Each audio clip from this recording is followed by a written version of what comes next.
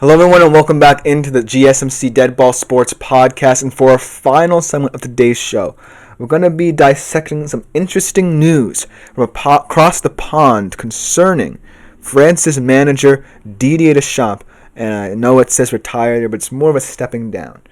He just announced that after the 2026 World Cup, his long and illustrious tenure as France's manager will come to an end. And this is very important news for the future of not just French football, but international football as a whole, because Didier Deschamps was a defining manager for many years for this French side. Led them to World Cup glory, led them to Euros glory as well. But ultimately, in his tenure, there were some pratfalls along the way.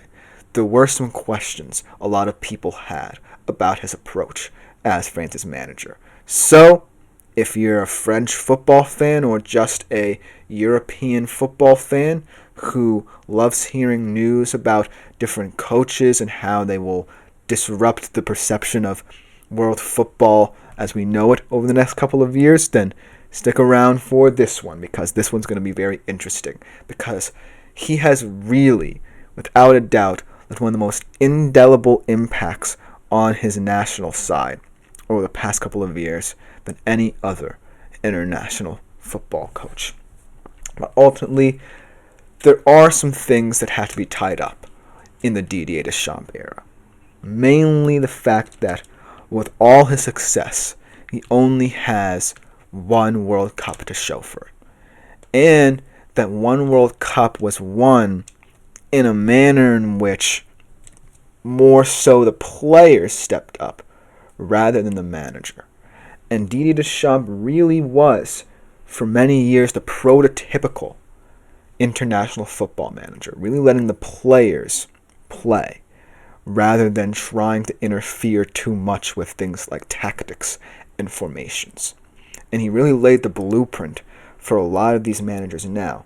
Julian Nagelsmann comes to mind in terms of adapting, if you were a domestic football manager, to the international game. But the reason why I feel like this is coming at an appropriate time in his French managing career is because Didier Deschamps really has proved that this style of coaching, at least on the international stage, can stagnate when your players and when your nation reaches a certain point. That's what happened with Germany, and now they're trying to rebuild back to where they once were. And that could happen to France if they don't get this next head coaching decision right, or managerial decision right, so to speak.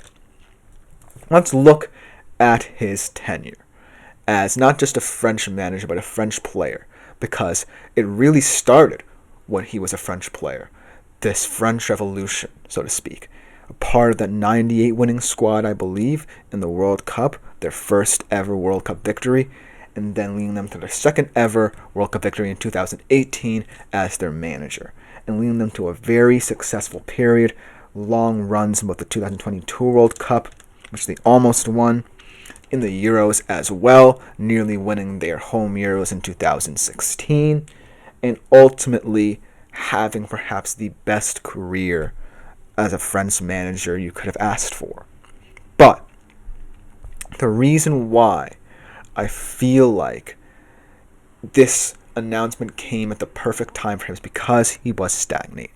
If you look at the last couple of performances, especially in the Euros last year, they were outclassed by a much superior Spain side. And then in the 2022 World Cup, where in the final, it definitely felt more so about Mbappe's heroics than anything Deschamps did to get them back into that game, where you saw this French side really not showing signs of progression, rather a kind of de-evolution to where they were kind of at the start of Deschamps' tenure and how they improved throughout the midpoints of his career to now.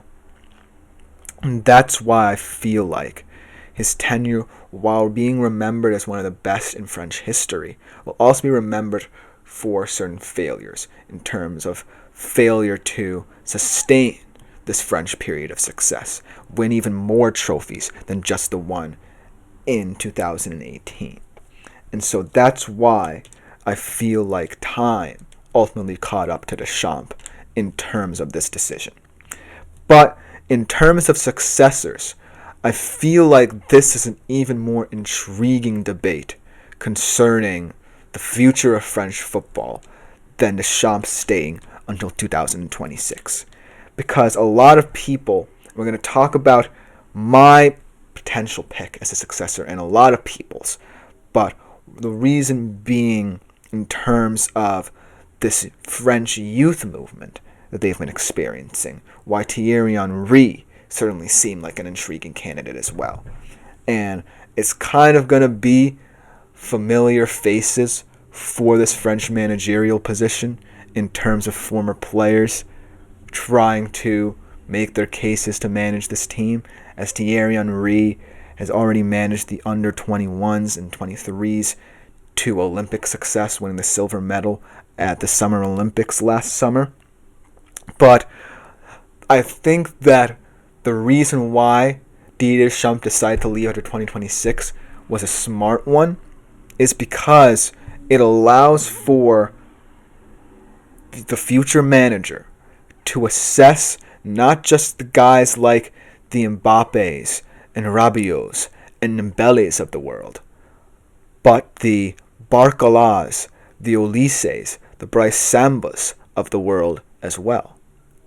Because this is the point where all these experienced French players, the Mbappés, the Griezmanns, the Maignons, really are going to have to meld and integrate this youth movement that's coming in French football. And the reason why I like Deschamps to stay is that even if France doesn't succeed at the 2026 World Cup, let's say they surprisingly exit in the group stage or surprisingly exit in the early stages of the knockouts, it will at least give the future manager a chance to assess how that tournament went and see what works in terms of combining the experienced French players with these younger ones. And I think that's why Thierry Henry's an appealing name in this race, as he already understands these more youthful players and has worked with them as a result. And then the guy we're going to talk about a little bit more tomorrow, Zinedine Zidane's an interesting one, because he's someone who's going to have to adjust a little bit more to the international style of football. But as a domestic football manager, he was someone who really leaned into the Deschamps ethos, where he really just allowed the players to speak volumes for him. And so it's going to be interesting to see how the French Football Federation really analyzes their options, because there are blueprints right now in the international game where there have been rocky transitions. The Germany one notwithstanding, as they really struggled to replace a guy in Jogi Löw who was really one of the most stable football coaches during his period of time, from Hansi Flick to now with Julian Nagelsmann's promise, and other teams as well who really want to get back to their glory days. But France is in a very unique position, because out of all these elite European nations, they're one that has the managers, they have the players to really sustain this period of success that Deschamps has set forth. And ultimately, the new manager, whether it be Henry or Zidane or someone else, someone maybe outside the country of France entirely, will have to do is immediately realize these youthful players. I think the future of France does lie in their youth, and this is not an indictment of the Mbappés and Griezmanns and Dembélés of the world. It's just the path that I think is going to offer you the greatest solutions. And so, looking at Deschamps and the blueprint he has set forth for the future of international football and how to manage at the international level, I think in terms of the future manager of France will continue to follow that pattern, but also implement their new understanding, which is kind of what a lot of these newer European managers of international squads are doing. And so, while I appreciate someone like Deschamps and am glad that he gets to ride off into the sunset potentially as one of the most illustrious managers of his international generation, I still am really intrigued to see what the future holds for this French side. And I think that it's going to be very ambitious, whether or not it be Henry or Zidane. And so that's why I really wanted to address this decision by Deschamps and what it could mean for the future of international and French football. Let me know what you think about this decision in the comments below, because that will just about do it for today's show. This has been the GSMC Dead Ball Sports Podcast, brought to you as always by the GSMC Sports Network.